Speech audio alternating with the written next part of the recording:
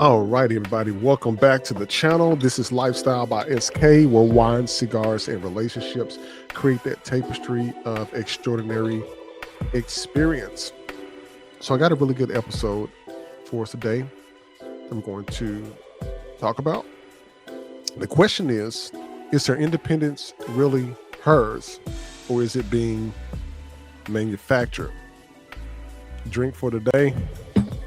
Have me a little bit of coffee, French press. I am a coffee fanatic. You know, the channel does definitely talk about wine, cigars, relationships, but I sometimes forget to add coffee to that too. But we're going to go ahead and get into a really interesting discussion today as we're getting into the channel here. And so I want to raise the question for you all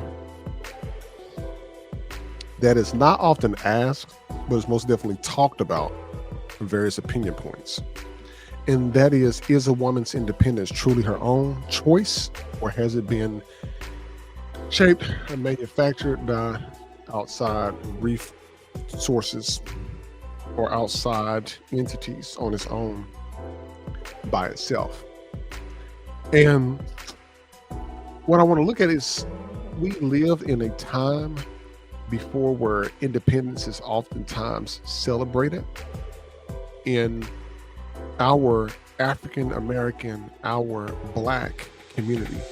Independence is often toted around. We see that a lot in social media. We see that a lot across different platforms that we watch or pretty much go into. We see that on a lot of different levels. And the perspective that I want to bring today is more of a conversation, not a bashing scene. So it's most definitely respectful for the education and entertainment purposes for our people. Now,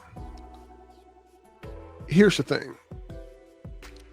Even if it was celebrated by some chance of when independence is being celebrated among the women entirely, but what if I told you that a lot of that could be pushed as empowerment? And see, when we hear the terms empowerment, people are empowered to do things by someone else if they see that this is going to provide them a greater ability to motivate themselves or put themselves in a different position. And so the empowerment phase is like a very thin gray line between that being empowered and being independent. And the narrative is most definitely designed that way. And what I'm thinking and what I'm seeing is it could be designed in a way to make the woman think that she should do this all alone by herself. Now, according to some statistics as of 2024 from blackdemographics.com, you all can take a look at the stats and everything. So that's what I'm going to be getting the information from. But at least in 2024, with a total, the Black population in the U.S. was about 51.6 million people. And that's according to the Census Bureau. That may or may not include, of course, 100% of everybody, but it's a very large population size. And what we're seeing here, at least from the census that they're saying, the Black population in the U.S. to be, of course, the 51 million, which is only 15.2% of the total American population of 340 plus million people here. Now, if we're making up only 13% of the population, out of that 13% that we have, when we look at the Black marriage, for Black women, 49% have never been married. Now, I'm speaking specifically about Black people in this particular topic point. Now, with women in general across racial lines, whether they be African American, Caucasian American, whether they be, European American, whatever, across the globe, women in general, in one big box, that's one thing. But specifically in the Black community with the statistics, in the African American community with the statistics, 49% of our Black women have never been married. And when you look at the Black population in total, that is 50%. All right. So I want to be clear. I want to be very clear about my position with this. Everything that I'm providing to you is as updated as it can be at this particular time. So when we're looking at Black people total in the United States as a whole, 31% are married, 3% separated, another 12% divorced, another 5% widowed, and 50% have never been married. Now, 51% of the Black men have never been married. 49% of the Black women have never been married. 34% of Black men are married. 27% of Black women are married. So when you're looking at those overall numbers, you have to keep in mind that we're looking at the percentage that is the absolute greatest. So when we're talking about Black people, you understand that the Black men control the access to marriage. So if they're not asking Black women for their hand in marriage, then we have to look at what are the factors that are within that. Okay. So that's what we're looking at here. Now, to put this into a perspective, if you remember from like your typical Black sitcoms that we used to have back in the day, whether you're looking at The Cosby Show, you're looking at Living Single, you're looking at Girlfriends, you're looking at those kinds of episodes and things like that, what you're going to see is a consistent message that was kind of eased over just a bit, is you don't need a man, you can do everything by yourself. Now, or we can argue that could be the same on both sides. Men don't have to get married. They can just do everything they need to do themselves. Women can have that same arguing point. But the point of this channel and the conversation is to get that Black man and Black woman together so that they can create their families, create their legacies, and things of that nature. So when you look at shows, for example, as I mentioned, looking at Girlfriends or Living Single from 1993 to 1998, you had Khadijah, you had Maxine. They both were two independent women, but Khadijah had the opportunity to get proposed to by the gentleman that was in that episode. I cannot think of his name, but he actually played Black Lightning recently, but I cannot think of his name. But he actually asked for her hand in marriage. And Khadijah was a business owner. She owned her own news article company. But then you look at Maxine. Maxine was highly successful attorney, and she had a thing for Kyle. Kyle was highly successful as a stockbroker, but Maxine liked her independence, but she wanted to still play around with Kyle. But see, what with the difference between Maxine and Khadijah is Maxine, she used her sharp tongue, and she was trying to cut everybody up and off, and she was playing. But Khadijah, on the other hand, was a little bit more open to different ideas. So she was focused on her career. Both of them were focused on their careers. And you switch over to Girlfriends from the 2000 to 2008 era. What you would see there is the whole series was talking about Joan, Maya, Lynn, and Tony. And they would explore their careers, their love lives, and their deeply sisterhood bond. But Joan, successful attorney. Tony, self-centered, fashionista, loved the high life. And they praised it from a realistic standpoint and authentic depiction of Black women's experience in relationships. But there was one man in there, Reggie, I think that was his name. And Reggie was off and on doing his own thing. But these shows started to get away in the close to 2000 era. It was getting away from the family structure and getting more into the independent phase. And so, yes, people can be independent. Man and woman can be independent, but should they have to? So the reason we have to look at is, why are they so separate? Now, there are other shows out there. You can even look at A Different World. You can look at Whitley, Daddy's Money, went to school, very elitist character. And she was definitely wanting to be an independent woman because what? Her parents were divorced. Freddie was kind of all over the place. She was independent in her own nature and being very earthy. But in the end, you saw Dwayne Wayne got Willie because why? When Dwayne Wayne started to rise up with Kanichiwa Electronics, Whitley was right there on the plane with him trying to get him. This is the kind of stuff that I'm talking about here because the shows preceded everything that needed to be shown at that particular time. Now, the purpose of all this is figuring out why are we so far apart, Black men and Black women? We hadn't even gotten to the conversation of interracial dating, interracial relationships. We hadn't even talked about those. I'm going to save that for a different episode.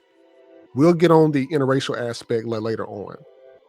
But on this particular episode right here, I want to focus specifically on the African American man and woman, the Black man and woman. I want to focus on the relationship dynamic right there from the statistics that I'm seeing right here. Okay. Now, who benefits from these here? Because who benefits when the woman or the women are convinced that they don't need a man? Corporations do. They benefit because they can target women much more on a demographic standpoint in terms of being able to market to them better because they are the sole decision makers in their own home.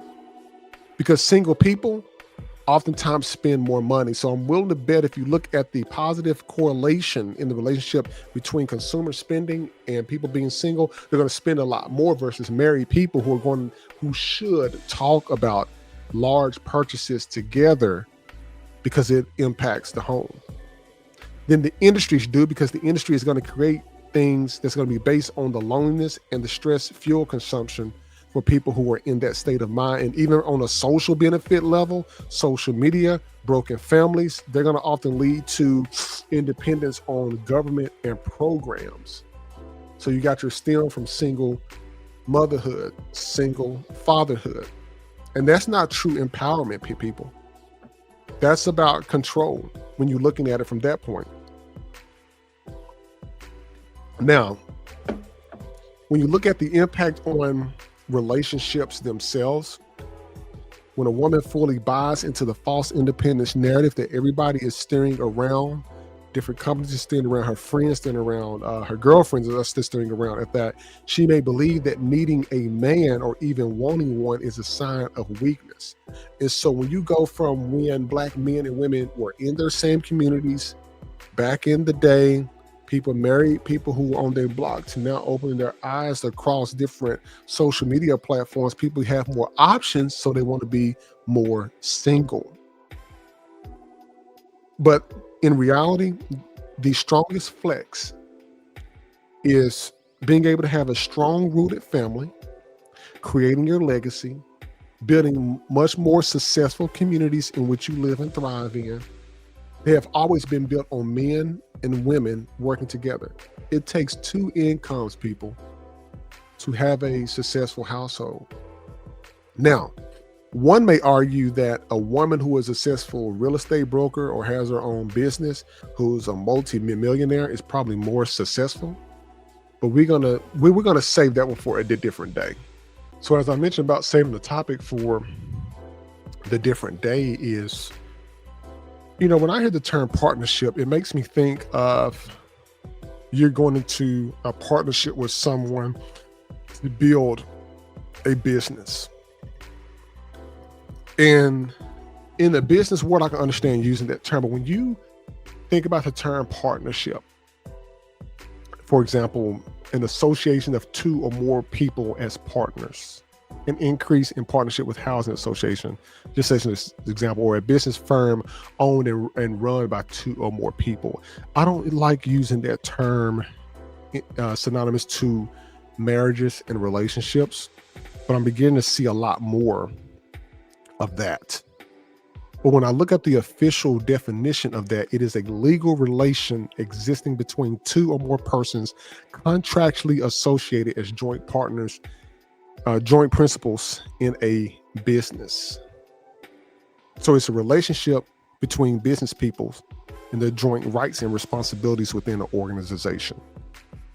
But for the sake of this conversation here, I want to say that instead of focusing on the partnerships don't mean giving up independence, relationships doesn't mean giving up independence. It doesn't.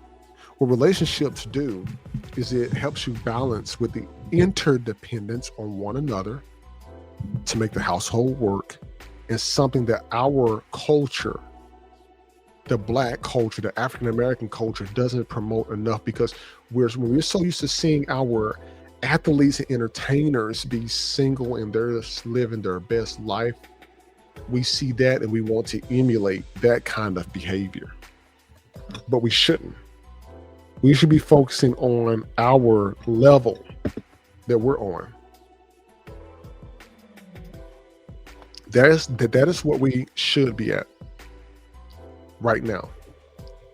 And this is going to always continuously be a problem, because what people can say is, when they're looking at, for example, when they are looking at the Black marital statistics, 48% of people in the United States are married overall across different racial lines. When you look at Black men are only married by 34%, and 51% of them have never even chosen to get married. So if 51% of Black men have not chosen to get married, then the number of women who have never been married, that was at 49%. So they were almost about the same way, or almost close together there. But Black people total was only at 50%. So with never being married, that doesn't equate to a bad thing. It doesn't mean that 49% of Black women are not marriage material. That just means that they have not been asked or chosen for their hand in marriage, or they may have been asked by a guy and they refused. That could be incorporated into that 49% of the Black women not being married total. But what I want to look at is either A or B stance.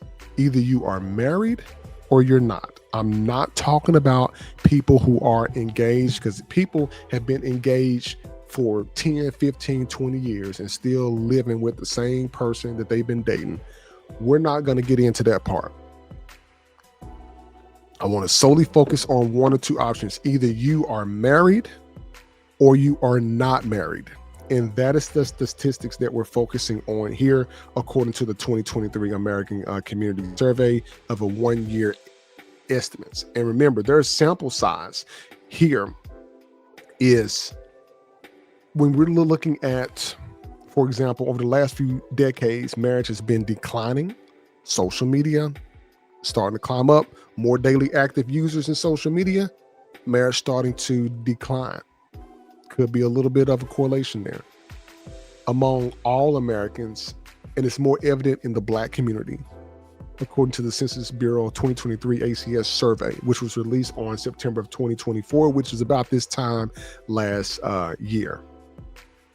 And so half, or 50% of African Americans, half of Black people overall, both men and women, have never been married, compared to the other 34% of all Americans that are out there.